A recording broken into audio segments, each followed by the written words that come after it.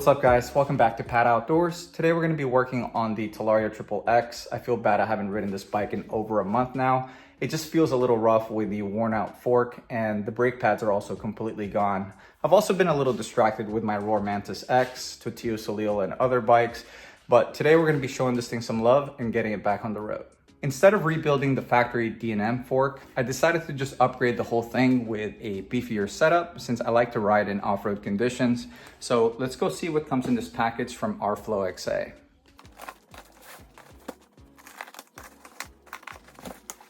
Wow, I like how this thing comes with a product inspection report. It even says my name. Owner's manual.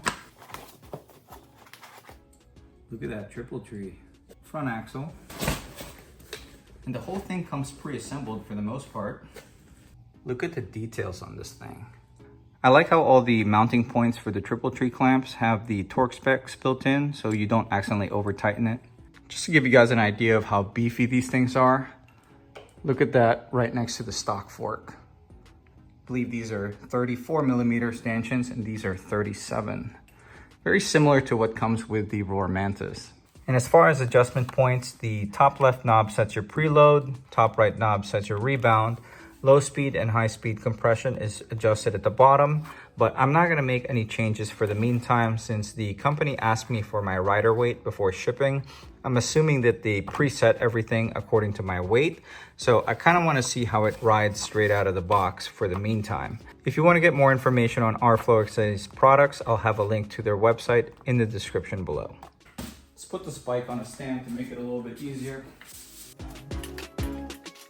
You know what, I'm going to strap this thing to the stand just to make it a little bit more secure.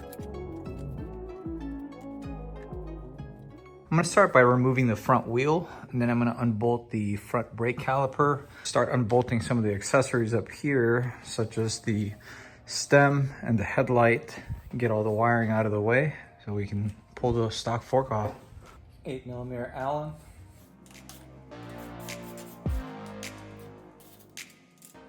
$4mm.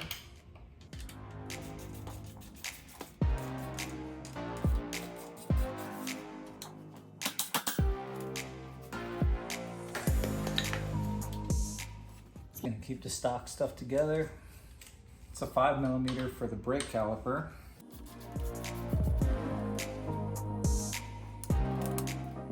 To take the headlight off, we got to remove this bolt at the bottom of the bracket, which is a 4mm Allen, and then 2 4mm up top as well. But to gain access to this, we have to remove the handlebar and stem.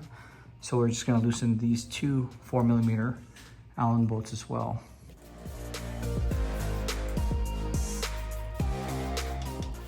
And since I have a nuclear controller upgrade, I also have this display on top, which I'm going to have to remove. 5mm for the top cap.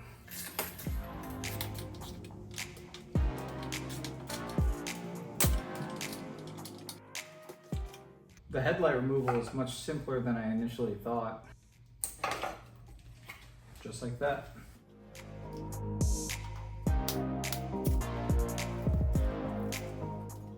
Once you have all your wire connectors disconnected, just tuck them over through the left side of the fork. Just get it out of the way. Next, I'm going to remove this bracket that's for the front brake line.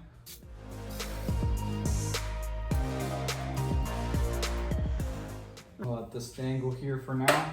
Just got to be careful with the rear brake line since it's still connected to the brake lever.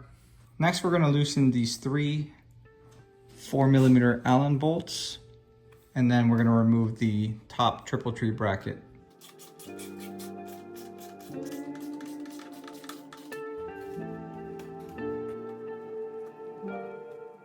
Careful with the bearing on top of the fork. It's a little ring spacer sitting on top of the triple tree. Just careful not to lose that. Just gonna slowly drop the fork. Make sure nothing gets caught.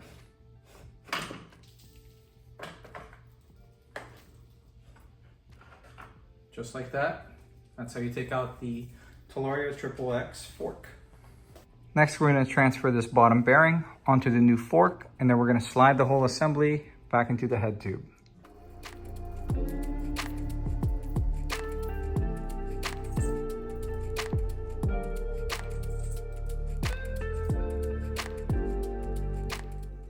have the bottom bearing almost fully seated, but I'm actually gonna put it in and put the top clamp on temporarily. And then I'm gonna see if I can seat it into place more by hitting the bottom of the triple tree with a rubber mallet.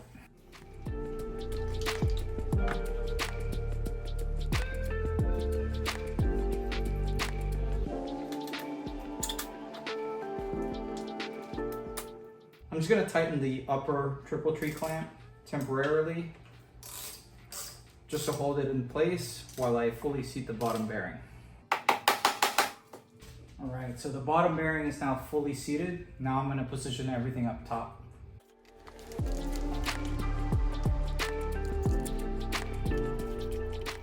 Just gonna snug down the triple tree, but I'm not gonna torque down the bolts just yet.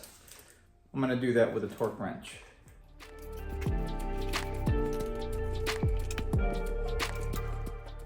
Oh, that's right. We have to transfer this piece from the inside of the stock fork onto the new one. I pretty much just use a really long extension with a rubber mallet to beat it through the stock fork.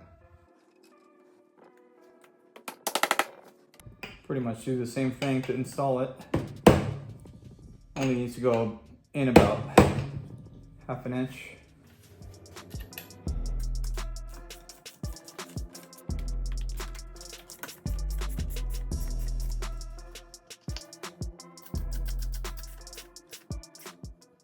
Can't really mess this up. Red to red, green to green.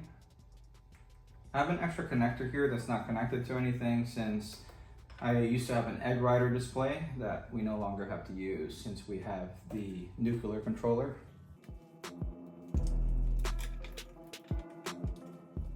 I took the headlight back off since we're gonna have limited access to these top 4 bolts, so we may as well torque down all the triple tree clamp bolts while we're at it. I'm going to be using a 3/8 drive torque wrench to torque down all the triple tree clamp hardware. The clamp says 12 to 13 Newton meters, so that's what we're going to set it to.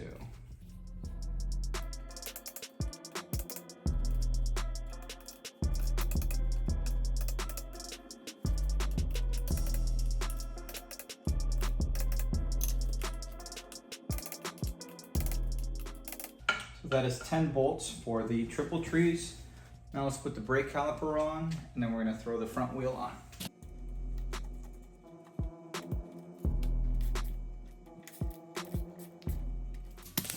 You know what, I'm actually gonna swap out the brake pads today, so we might make some adjustments to this after we put the wheel on. The front axle is a unique design, and it only goes on one way. You slide it in from the right side onto the left, and then you torque down the cap on the left side. Then you're supposed to torque down the 2 bolts on the bottom of the fork, but we're not going to torque down the other 2 on this side until we have load on the shock.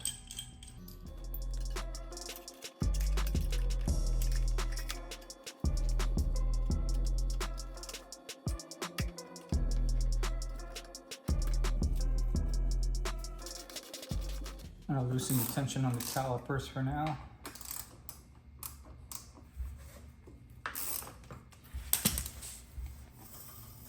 Just so that doesn't affect anything as far as the fork binding up. At least while we torque things down. I'm going to be torquing down the 2 bolts here on this side of the axle. We're going to leave the other side alone for the meantime.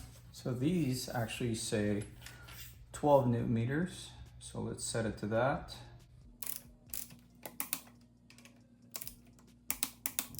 Unfortunately, the original clamp that secured the front brake line to the fork no longer fits. It's just simply too narrow. There's quite a gap in between since this is definitely a beefier fork, but it's not really an issue since this can simply be secured with a zip tie. You know, I've been running this bike without a fender for a while now, but since we're going to be riding some trails with it, fender is going back on.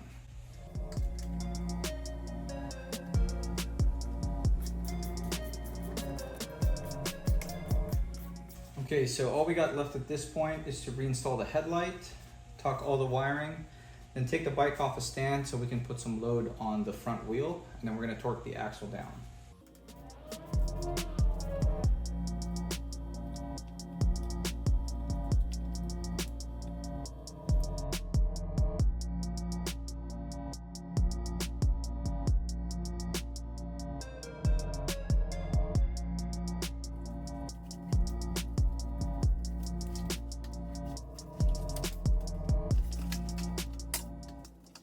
So we're going to compress the suspension, not using any sort of brake,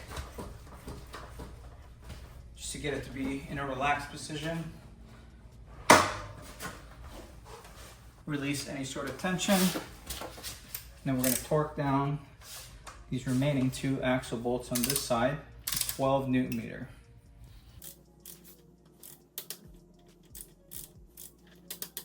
That should be it for the fork installation. Now let's go swap out the brake pads to some better ones and take this bike out. I guess one thing that I noticed that I found kind of odd with this fork is it doesn't have one of those rings. It gives you an idea how much the shock compresses, kind of like this one on the Mantis. Actually, the stock fork has that also.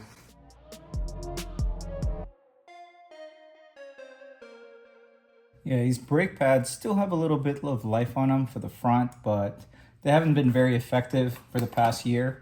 So we're going to be swapping them out with these ones by Inkeski BR08. They're kind of like the Shimano ones where it has the built-in heatsink. So they are going to look significantly larger than the stock ones. If you're interested in getting more information on any of the parts that we're using for today's project, I'll have everything linked in the description below.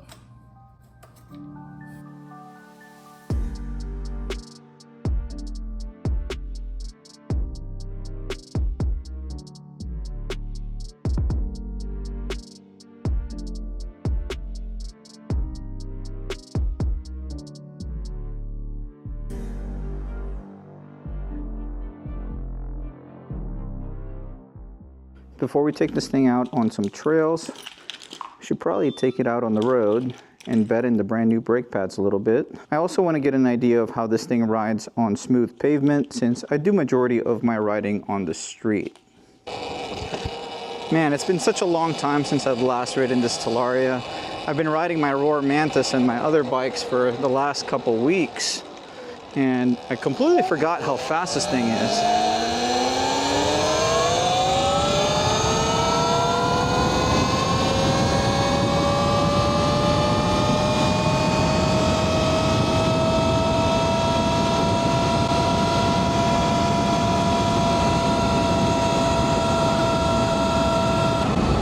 Look at that. Like zero effort to get to 63 miles an hour.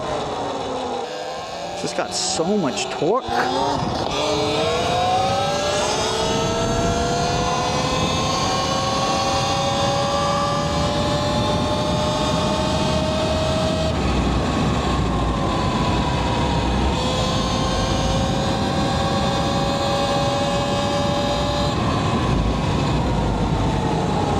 Fork seems to be riding pretty smooth. Can't find any issues with it yet. These brake pads are also super bitey. Doesn't even really seem like they need too much braking time. Okay, let's see how this thing rides on gravel first.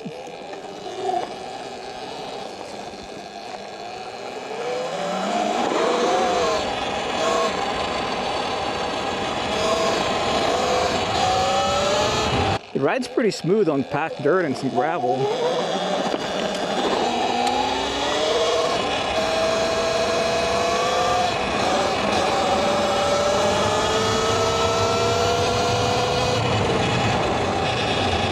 Man, this thing breaks traction so quickly. Man, this bike is honestly pretty scary to ride on gravel. Not because of the suspension or how it handles, but the rear end just breaks loose so quickly. That's a rolling burnout. That's a rolling burnout.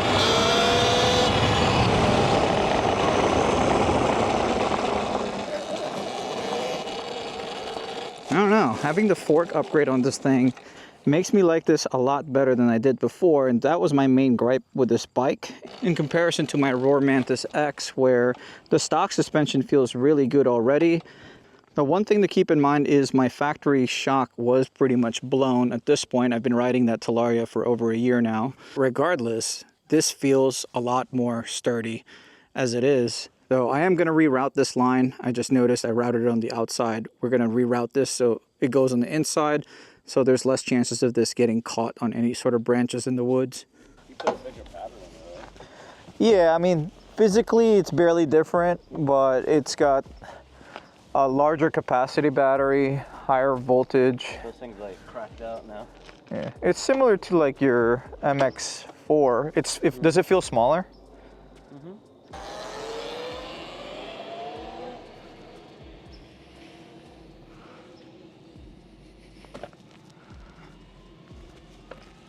So that's actually my boss, Joey.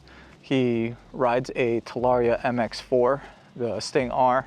His bike's pretty much stock, but it's definitely faster than what a XXX would be. I think he might be riding this thing today. I think this is like a Polaris 850. First time I can say electric sounds like actually kind of cool. Oh, because it howls, right?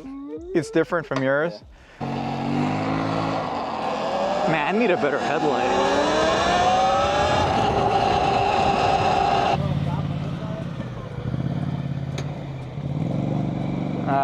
Should I do it, guys? All right, fuck it. Oh, damn. Damn. That is fun.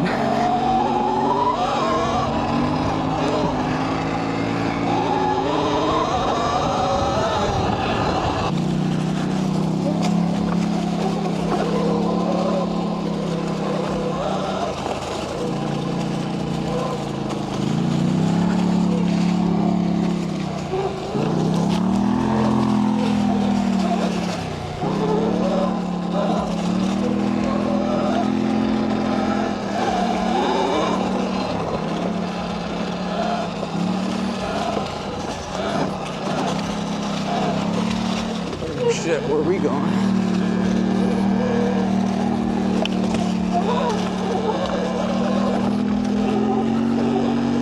All right.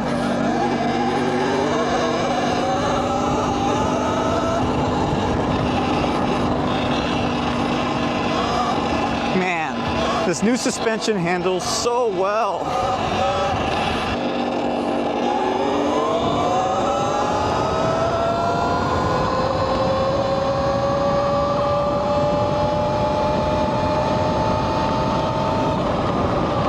Must be nice to have your own freaking airstrip. All right, guys, we're gonna be running the 74 volt Talaria XXX against a Polaris 850. You wanna go in 3 honks?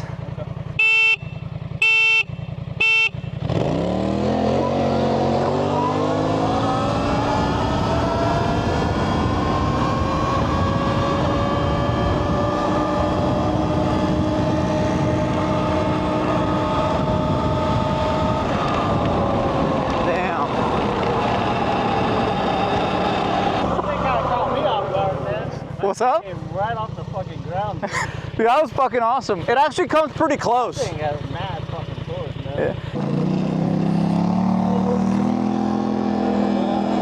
Man, this RFloXA fork kit is definitely quite an upgrade from the stock D&M fork.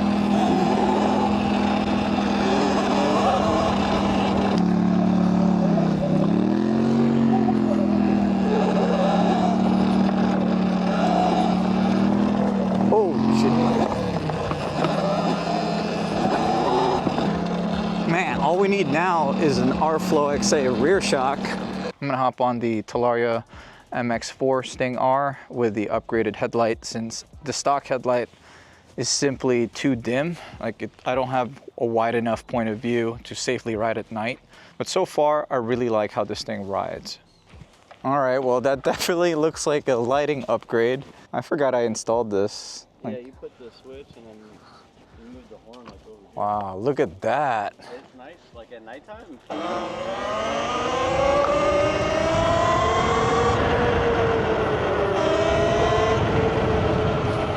Wow, this is so much lighting.